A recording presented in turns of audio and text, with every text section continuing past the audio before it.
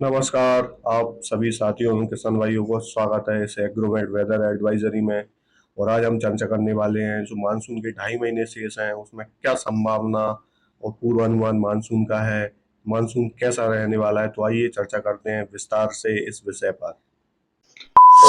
तो आइए जानते हैं मानसून की दीर्घ अवधि या लंबी अवधि के लिए कि जो आंकड़े जारी होते हैं, जो अलग अलग वेदर एजेंसी होती हैं, इंटरनेशनल वेदर एजेंसी होती हैं, वो अपने पूरे जो विश्व है उसके लिए अलग अलग जो महासागर हैं उनके लिए डाटा जारी होते हैं।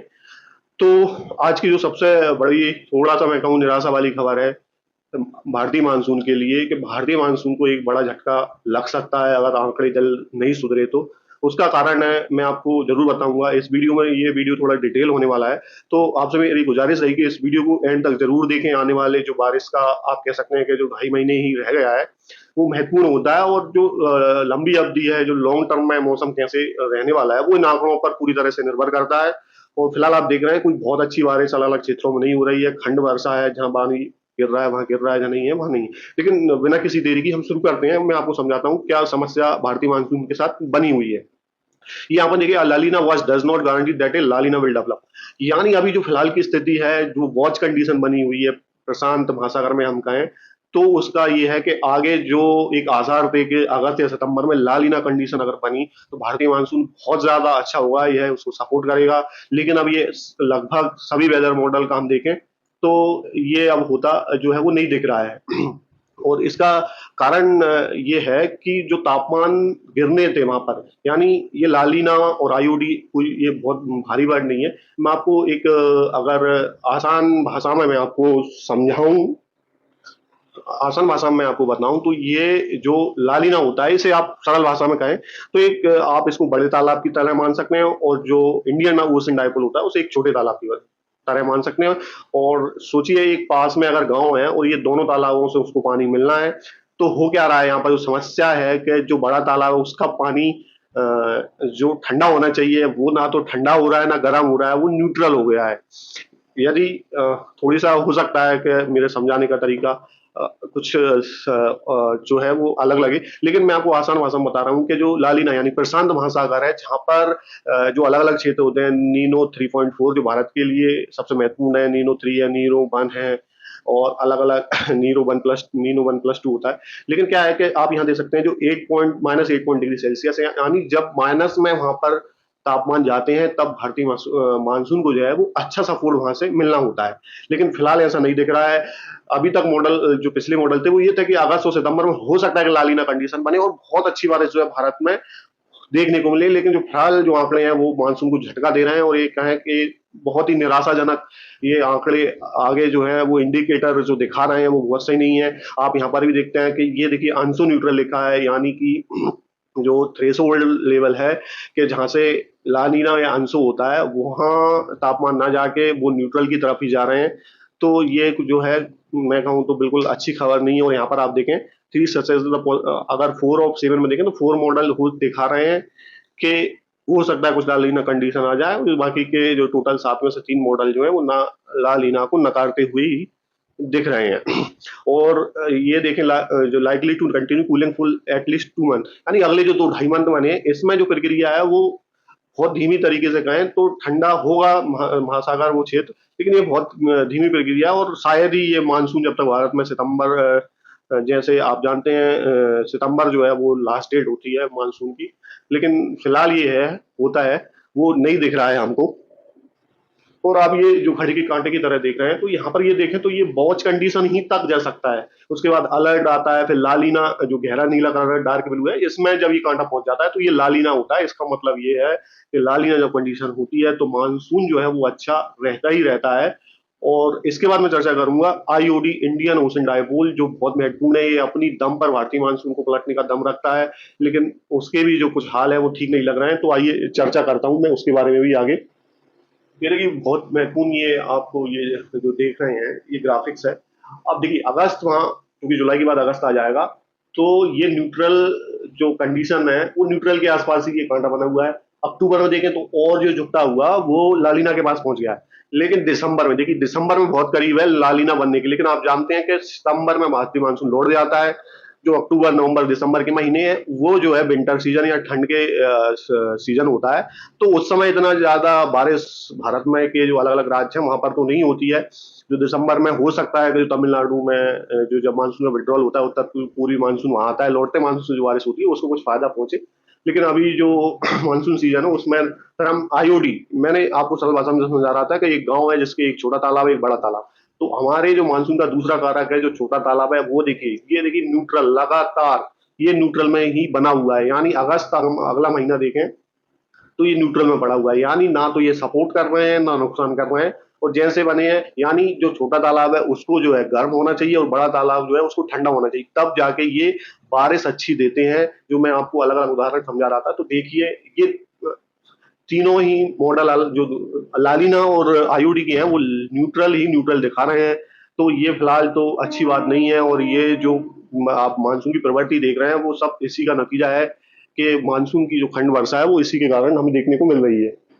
और एक और जो महत्वपूर्ण जो रोल अदा करती है मानसून में वो कारक है एमजे मेडन जूलियन ओसिलेशन।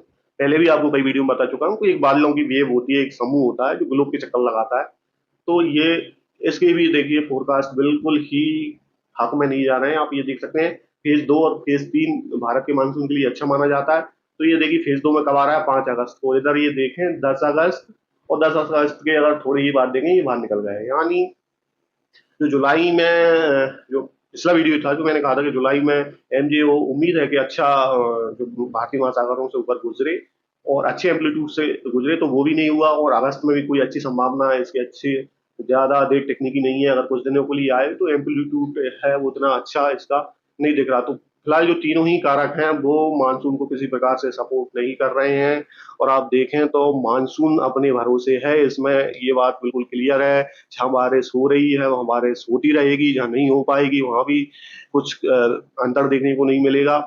और खंड वर्षा जो आप देखते हैं कि ज्यादातर जो बारिश मिल रही है वो इस बार जो दोपहर के बाद कन्वेक्शन क्लाउड होता है, वातावरण में नमी होती है, गर्म होती है, हवाएं ऊपर की ओर उठती हैं और कम डेंसिटी के बादल बनते हैं, वो उतनी ही कम वर्षा दे पाते हैं। तो ये प्रवृत्ति मुझे नहीं लगता कि इस जुलाई महीने में अभी कोई भी इसमें परिवर्तन देखने को मिलेगा। और ये जो ग्राफिक है एनओए डाटा जो यूएस की वेदर एजेंसी है, इसके बारे में देखिए, ये जो नीनो 3 पॉइंट इंडेक्स है जो आप देख सकते हैं 180 के आसपास, 190 180 अगर हम कहीं से लेकर जो 120 वेस्ट है, तो इसके बीच का जो इक्वेटर पे जो रीजन है वो नीनो 3 पॉइंट इंडेक्स कहलाता है। यहाँ पर जब तापमान कम होते हैं, ये देखिए नीनो 3 पॉइंट का जो अभी एवरेज आया वो 0.3 डिग्री सेल्सियस, यानी कि अभी भी जो है वो न्यूट्रल में है, लेकिन न्यूट्रल में भी ये प्लस में बना हुआ है। जब ये माइनस की तरफ जाता है नीनो 3 पॉइंट, ये ज्यादा महत्वपूर्ण होता है हमारे लिए। जब ये माइनस में जाता है तब मानसून और अच्छा होने की उम्मीद होती है।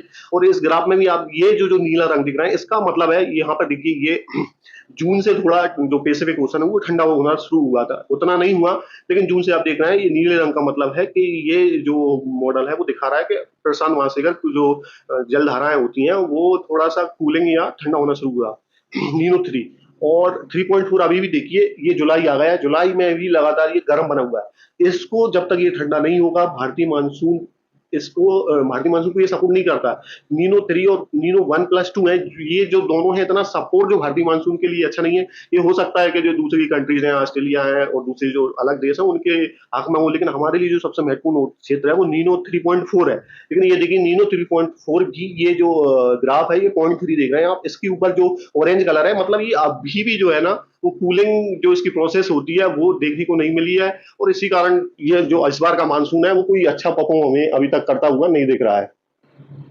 ये थोड़ा सा मैं आपको ग्राफ दिखा दूं, ये पिछले जो है 50 से लेके ये 2024 तक। तो देखिए यहाँ पर जो नीला ग्राफ में है ये होती है लालिना कंडीशन, जो कि हमको देखने को मिली 2020 के अंत से। हम देखें तो 21-22 में लालिना कंडीशन रही, फिर जो 23 का जो मानसून था वो लालिना तो नहीं कह सकते, नहीं इवॉल्विंग अल्नीनो था, यानी अल्नीनो बन रहा था, इतना ज्यादा प्रभावित नहीं हुआ था। लेकिन उस समय क्या हुआ था कि अगस्त और सितंबर के महीने में इंडियन ओशन डायपोल पॉजिटिव रहा था, इस कारण मानसून जो है सितंबर तक एक्टिव रह पाया। अब ये 2024 देखिए तो ये अल्नीनो ईयर रहा, यानी अल्नीनो पीक पर चला गया था।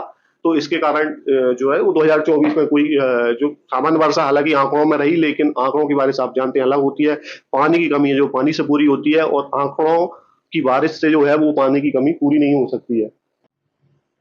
थोड़ा सा हम देखें तो ESSO Indian national centre for ocean information service. तो इसके डाटा भी हम देखते हैं, 5 जुलाई 2024 के डाटा हैं। तो आइए देखते हैं। The sea surface temperature anomaly signature in the eastern and central Pacific shows the near neutral ENSO condition contribute in the month of June as well. तो ये भी जो जून से जो न्यूट्रल कंडीशन देखने को मिली है उसके बारे में ये भी वही बात है जो मैं पहले बात कर चुका हूँ एनसो वाली। The probability for the Pacific Ocean to remain in anso-neutral condition is high until September and development of La Nina is high in September to January। ये देखिए 50 से 70%, यानी जो अभी तक जो सितंबर अभी हम जो बात कर रहे थे कि अगर सितंबर में ला नीना कंडीशन बन जाए, लेकिन यहाँ भी अब देखिए जो आंकड़ों में चेंज होने के बाद जो प्रोबेबिलिटी है वो हटा दी है, सितंबर जनवरी तक में ले गए हैं, यानी सितंबर से जनवरी तक हो सकता है कि लालिना कंडीशन आए, 50 से 70% उसके चांस दिख रहे हैं। फिर ये पीक बता रहे हैं नवंबर में, यानी जो पीक है किसी भी चीज का, पीक जो होता है उसका उच्च सर्वोच्च वो श्रेणी होती है, उसके बाद फिर वो कोई चीज ऊपर जाती है वो नीचे आती है। अगर देखें तो 70% इसकी संभावना नवंबर में दिख रही है। तो प्रोबेबिलिटी फॉर लालिना condition to treat is high by February 2025। अगर ये देखें तो 55% जो संभावना है वो फरवरी की है, यानी पीक जो 70% संभावना वो नवंबर में दिखा रहा है, वो फरवरी, तो दोनों ही काम के नहीं, क्योंकि सितंबर में मानसून वापस चला जाता है। तो ये पता नहीं लानीना फिर किसको यहाँ बारिश देगा आगे, मेरी तो समझ से बाहर है। और फिर हम देखें आगे का जो कुछ मैप है, ये जो है एनोमली है जो आप चर्चा ही कर चुके हैं, ये टेम्परेचर वेरी जो करता है, ये पहले हम चर्चा कर चुके हैं। इसका सबसे महत्वपूर्ण जो चार्ट है, हाँ ये चार्ट मैं आपको जरूर दिखाना चाहूंगा कि देखिए अभी तक जो मैंने पहले वीडियो में चार्ट बताया था, अगर हम उसमें देखें अगस्त में, तो अगस्त में संभावना ये जो अभी 25% के आसपास आके रुक गई है ना प्रोबेबिलिटी, ये ज्यादा थी। और सितंबर में भी जो 50% के जो आसपास आके थम गई है ना, ये करीब ये 65 तक जा रही थी। और अक्टूबर में 70% है, जो कि अक्टूबर में नहीं थी, सितंबर में इसका ज्यादा सोच रहे थे कि प्रोबेबिलिटी ज्यादा रहेगी।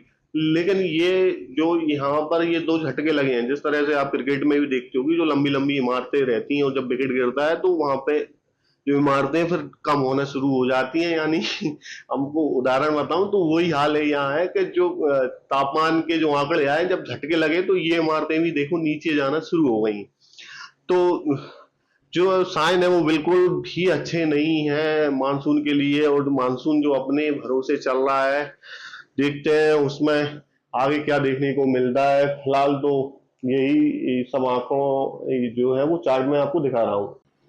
कुल मिलाकर हम बात इस पूरा सारांश निकालें तो जुलाई में तो कोई ज्यादा अच्छी बारिश के फिलहाल अनुमान नहीं है, जब तक बंगाल की खाड़ी में कोई लो प्रेशर एरिया अच्छा स्ट्रॉन्ग मजबूत सिस्टम नहीं बनता, तब तक जो है वो बारिश बारिश जो है वो अच्छी नहीं होती।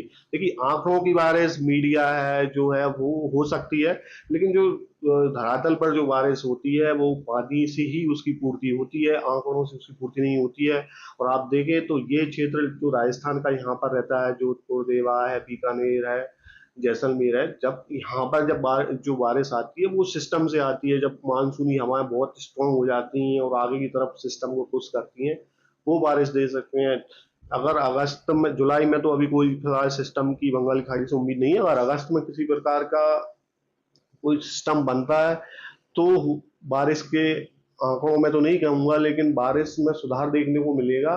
क्योंकि क्या है, अभी जो बारिश हो रही है वो मानसून को किसी प्रकार का सपोर्ट नहीं है। मानसून जो है जो अपने दम पर कह लें, या मानसून जो है खुद का जो जितना योगदान है वो ही दे सकता है, उसे सपोर्ट कहीं से नहीं मिल रहा है। तो इसी कारण आप देख रहे होंगे कि अधिकतर जो बारिश होती है वो दोपहर बाद एकदम से कन्वेक्शन, जो आप देख सकते हैं, ये जो काले काले जो बादल यहाँ पर दिखाई दे रहे हैं, ये कन्वेक्शन क्लाउड होते हैं, एकदम से बनते हैं, गरजने वाले बादल होते हैं, थंडर क्लाउड होते हैं। ये कोई ज्यादा, अगर जब अच्छी बारिश होती है तो कई किलोमीटर तक हम इनका वर्टिकल होरिजन देखें तो मोटे बादल बनते हैं जब अच्छी बारिश होती है। और ये बादल आप देखते होंगे कुछ देर बाद बारिश हो जाती है, कुछ देर बाद धूप हमें देखने को मिलती है। तो इसका मतलब ये होता है कि मानसून जो है वो कमजोर, ब्रेक इन कंडीशन का है, कमजोर ना कह के एक जो है वो टिकाऊ बारिश दे रहा है, या हम कहें एक जो सर्वाइवल रेन होती है, यानी फसलों को जो पानी है वो मिलता रहे,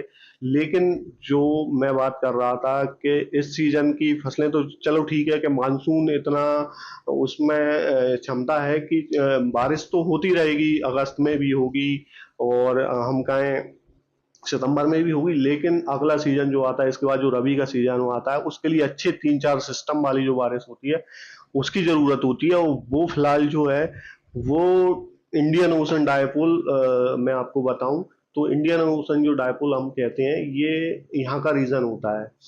ये मेडागास्कर के आसपास जब अरब सागर गर्म होता है तो ये बहुत ज्यादा महत्वपूर्ण होता है, जो कि अभी न्यूट्रल में चला गया और इसकी पॉजिटिव में लौटने की बिल्कुल भी संभावना नहीं है। पिछले साल मुझे अच्छी तरीके से याद है कि जब सितंबर में मानसून कमजोर रहा था तो इंडियन ओशन जो डायपोल है वो करीब 0.2 डिग्री से 2.5 डिग्री सेल्सियस तक वो पॉजिटिव था, तो उसमें अच्छा जो है वो सपोर्ट हमको देखने को मिला था। और अभी की फिलहाल हम ये देखें, ये वाला अगर आपको मैं बताऊं तो यहाँ पर आप देखें कि ये जो पूरा क्षेत्र है यहाँ पर ये मेडागास्कर का तट है, ये अरब सागर है। ये जब जब यहाँ पॉइंट 2 डिग्री है, 0.3 0.5 डिग्री तक ये गर्म होता है, तब भारत में जाके बहुत अच्छी बारिश जो है वो देखने को मिलती है। लेकिन फिलहाल ऐसा इंडियन ओशन डायपोल से भी कोई सपोर्ट देखता नहीं मिल रहा है। जैसा मैंने आपको समझाया था कि जो जो दो तालाब होते हैं छोटे और बड़े, ना तो छोटा कुछ उसमें कोई सुधार दिख रहा है ना बड़े तालाब से, तो यहाँ बड़ी ही मुश्किल आने वाले महीनों में आपको देखने को मिलेगी। और जितनी भी जो बारिश है वो सिर्फ मानसून के भरोसे ही रहेगी, उसे सपोर्ट तो कहीं से कुछ दिखता नहीं मिल रहा है। फिलहाल इस डिटेल वीडियो में आप सभी जुड़े इसके लिए बहुत बहुत आप सभी का धन्यवाद, शुक्रिया। अगर जानकारी अच्छी लगे तो प्लीज़ इस वीडियो को लाइक करें, शेयर करें और कमेंट करें। हमें बताएं कि क्या आपको और समझ नहीं आता या डाटा किस प्रकार से आपको दिया जाए। लेकिन ये आप मान के चलिए कि जो भारी बारिश जो अधिकतर मीडिया या व्यूज के लिए थंबनेल लगा देते हैं बड़े बड़े, अत्यंत भारी बारिश, देखिए वो कहीं भी नहीं है इतनी बारिश। जुलाई माह में भी मुझे कोई अच्छी उम्मीद नहीं है। अगर आंकड़ों में सुधार होता है तो उम्मीद है कि अगस्त सितंबर का महीना बारिश के लिए अच्छा रहे। जुलाई है, अगर जुलाई में भी देखें तो कोई सिस्टम यानी 2 महीने बारिश के बीत चुके हैं और बंगाली खाड़ी में जब सिस्टम नहीं बनता है, जब तक किसी भी जो विस्तृत बारिश होती है, जो व्यापक बारिश होती है वो देखने को नहीं मिलती है। सिर्फ जो काम चलाऊ जो बारिश है वही मिलती है। और इस बार आप देख रहे होंगे अलग अलग क्षेत्रों में जहाँ पानी बरस रहा है, कोई क्षेत्र जो है सूखे हैं। तो इसी के साथ वीडियो को करते हैं समाप्त। जय हिंद, जय भारत, गुड बाय।